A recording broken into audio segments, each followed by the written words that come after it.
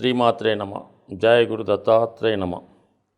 ఈ వీడియోలో మనం జనవరి 21వ తారీఖు నుంచి 27వ తారీఖు మధ్యలో జరగబోయే వారఫలాలు మేషరాశి వారికి ఏ విధంగా ఉంటుందో పరిశీలించే ప్రయత్నం చేద్దాం. మేషరాశికి ఈ వారం గురుగ్రహం రాశి అందే ఉండగా ఈ వారం ప్రారంభమైంది.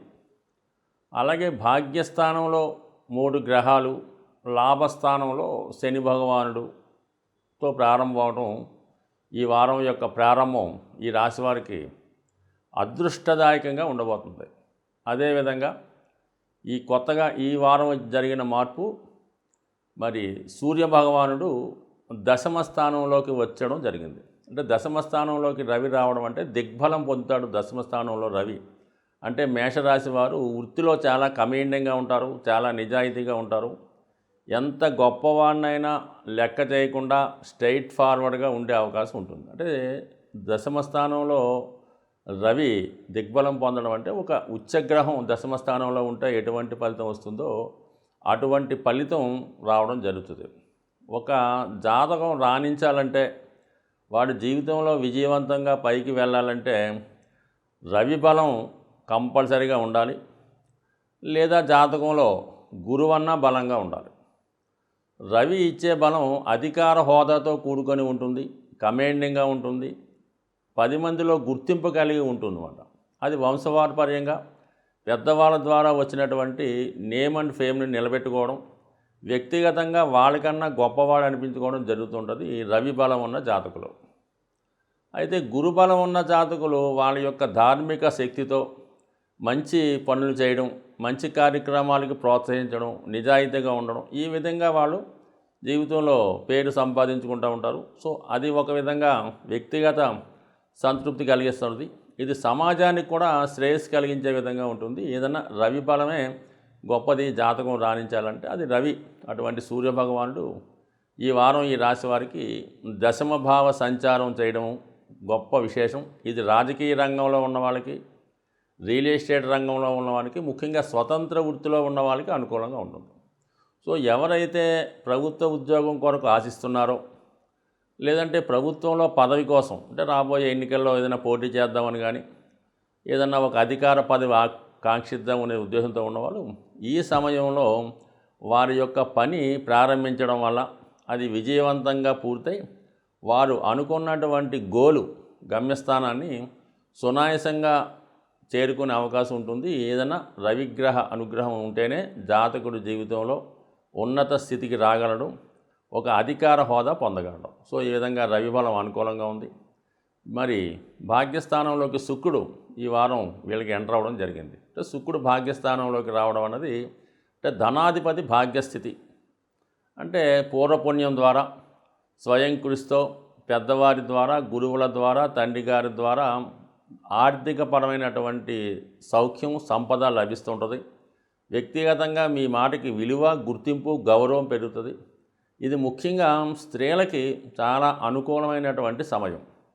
సో స్త్రీలకి వివాహం తొందరగా కావాలన్నా, వివాహం తర్వాత జీవితం అనుకూలంగా ఉండాలన్నా భాగ్యస్థానం అనుకూలంగా ఉండాలి.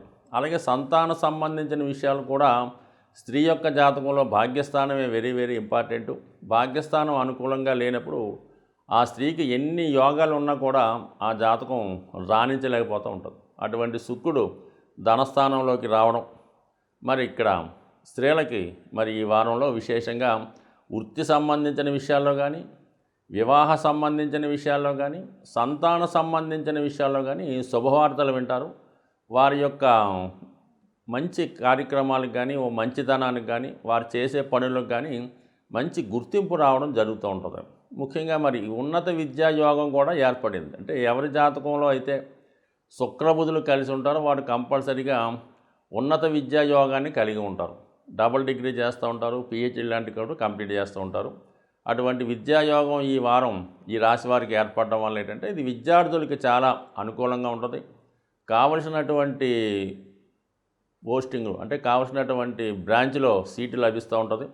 సో విద్యా సంబంధించిన విషయాలు అనుకూలంగా ఉన్నాయి. 9వ స్థానం అన్నది యాక్చువల్గా విదేశ సంబంధించిన వ్యవహారాలు, పుణ్యక్షేత్రాలు, ఇవన్నీ కూడా 9వ స్థానం తెలియజేస్తూ ఉంటుంది. మరి విదేశంలో విద్య అభ్యసిద్దాం అనుకున్న వారికి, అది విద్యార్థులైతే వాళ్ళకి అనుకూలంగా ఉంటుంది.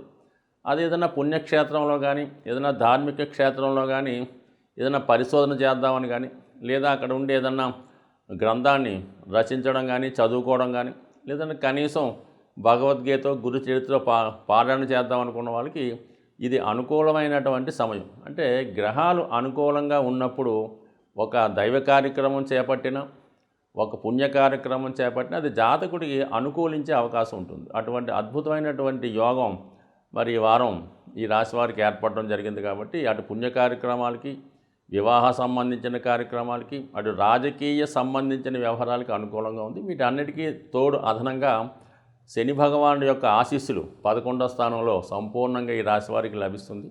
గురువు రాశి యందు సంచారం ఇంకా మనం ఎన్ని అడ్డంకులు వచ్చినా కూడా దైవబలంతో ఆ కార్యక్రమాన్ని పూర్తి చేసుకునే యోగం ఈ జాతకుడికి ఖచ్చితంగా ఈ వారం అనుకూలంగా ఉంది. బట్ ఏదైనా ఈ వారం అంతా కూడా ఈ మేషరాశి వారు చేపట్టిన ప్రతి కార్యక్రమంలో విజయవంతం అవుతుందని ఆశిస్తూ, ఏదైనా ప్రస్తుతం జరుగుతున్నది పుష్యమాసం. అంటే పుష్యమాసం అంటే పౌర్ణమి రోజు పుష్యమి నక్షత్రంలో చంద్రుడుండగా ఏర్పడింది పుష్యమాసం అవుతుంది. ఈ మాసం శని భగవానుడికి అత్యంత ప్రియమైనటువంటి నెల. అందుకని ఈ నెలలో చేసే ఏ దైవ కార్యక్రమం, ముఖ్యంగా సోమవారం కానీ శనివారం కానీ శివుణ్ణి అభిషేకం చేసుకోవడం, ఇంకా బాగా శని యొక్క ఇబ్బందులు అంటే శని ఇబ్బందులు అని కాదు, మీరు అటువంటి ఇబ్బందులు కష్టాలు పడుతున్నప్పుడు, అంటే ఆర్థికపరంగా కానీ, ఆరోగ్యపరంగా కానీ, వృత్తిపరంగా కానీ ఇబ్బందులు పడుతున్నప్పుడు ఈ నెలంతా కూడా వీలైతే శివాలయాన్ని దర్శించుకోవడం, వీలైతే మీకు అనుకూలమైనటువంటి రోజు సోమవారమా లేదంటే శనివారమా శివాలయాన్ని దర్శించడం, అలాగే శివునికి ఇష్టమైనటువంటి మాస శివరాత్రి రోజు ఖచ్చితంగా ఆ రోజు మీరు ప్రదోష వేళలో శివునికి అభిషేకం చేసుకోవడం వల్ల, అలాగే ఈ నెలంతా కూడా నియమంగా, అంటే కార్తీక మాసంలో మనం ఏ విధంగా నియమంగా ఉండు ఎన్వి అది తినకుండా పవిత్రంగా ఉంటామో, ఈ నెల కూడా సాధ్యమైనంత వరకు కనీసం నెల రోజులు, కొన్నాళ్ళు అయిపోయింది కాబట్టి కనీసం ఒక 11 రోజులు లేదంటే 5 రోజులు ఒక దీక్షగా నియమంగా, మరి దీక్షగా చేసినప్పుడు కానీ, లేదంటే ఒక 3 శనివారాలు నియమంగా ఉన్న, కనీసం ఒక శనివారం నియమంగా ఉన్న, ఈ పుష్యమాసంలో మీరు ఒక వారం నియమంగా ఉంటే అది ఒక 100 వారాల ఫలితం శని భగవాను అనుగ్రహంతో లభించే అవకాశం ఉంది. కాబట్టి ఈ నెలంతా కూడా మీరు శనిగ్రహ అనుగ్రహం కోసం మరి నవగ్రహాల్లో శని భగవానికి అభిషేకం అన్నా చేయించుకోవచ్చు, లేదా శివుడికి అభిషేకం అన్నా చేసుకోవచ్చు. మీకు తోచిన విధంగా మీకు ఏది అవకాశం ఉంటే, మీకు మనసుకి ఏది తృప్తి అనిపిస్తే ఆ విధంగా మీరు శివారాధన చేయడం వల్ల 100% శని పెట్టే ఇబ్బందుల నుంచి ఈ వారం, ఈ నెల చేయడం వల్ల 100% మరి మీకు మంచి శుభాన్ని, మంచి జీవితాన్ని శని భగవాని అనుగ్రహంతో కలుగుతుందని ఆశిస్తూ, సాధారణంగా ఈ వార ఫలాలు, మాస ఫలితాలు కానీ గమనిస్తున్నవారు, దాన్ని ఫాలో అవుతున్నవారు కేవలం ఇప్పుడు చెప్పినటువంటి ఫలితాలు పూర్తిగా జరిగే అవకాశం ఎంతవరకు ఉంటుంది, ఉండదు అన్న విషయాన్ని మీ యొక్క జన్మజాతకంలో జరుగుతున్నటువంటి దశలను బట్టి కూడా ఆధారపడి ఉంటుంది. సో అయితే చాలా వరకు జాతకుడు ఉండే పరిసర ప్రాంతాలు, అతను చేస్తున్నటువంటి వృత్తి వ్యవహారాలు, అతని అలవాట్లు, ఆలోచన విధానాన్ని బట్టి కూడా గ్రహాలు ఇచ్చే ఫలితాలు కూడా మారడం జరుగుతూ ఉంటుంది. సో అందుకని గ్రహాలు అనుకూలంగా ఉండాలంటే మీ యొక్క నడవడిక, దైనందిన ప్రవర్తన, బాధ్యతలు మీరు సక్రమంగా నిర్వహించినప్పుడు గ్రహాలు కంపల్సరీగా మీకు అనుకూలించే అవకాశం ఉంటుంది.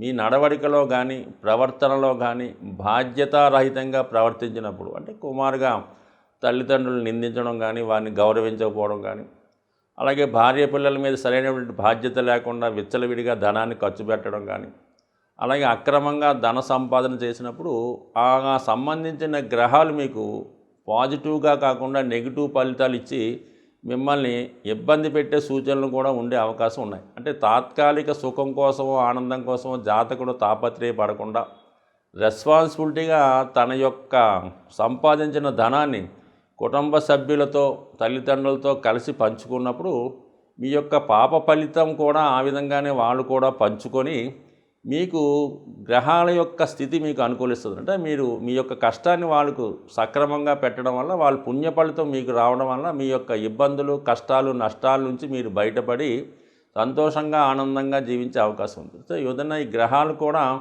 మీ మీ స్థితిని బట్టి, పరిస్థితిని బట్టి అనుకూలిస్తాయే తప్ప మీరు ఎంత కార్యక్రమాలు, దైవ కార్యక్రమాలు చేసినా మీ వృత్తిలో, మీ యొక్క బాధ్యతలో రెస్పాన్సిబిలిటీ లేనప్పుడు 100% జాతకులు మీకు నెగిటివ్ ఫలితాలు పొందడం జరుగుతుండదు. ఉదాహరణకి తండ్రిని చూడనప్పుడు రవి, తల్లిని చూడనప్పుడు చంద్రుడు, అన్నదమ్ముని చూడనప్పుడు కుజుడు, ఈ విధంగా గ్రహాలు మీకు నెగిటివ్ ఫలితాలు ఇచ్చే అవకాశం ఉంది. బట్ వాళ్ళ బాధ్యతలు ఎలాగున్నా, వాళ్ళు ఎటువంటి వారైనా మీ బాధ్యత సక్రమంగా నిర్వహించినప్పుడు మీకు గ్రహాలు అనుకూలించి మీకు ఖచ్చితంగా మంచి స్థాయిని, మంచి ఫలితాన్ని ఇచ్చే అవకాశం ఉంటుంది. స్వస్తి.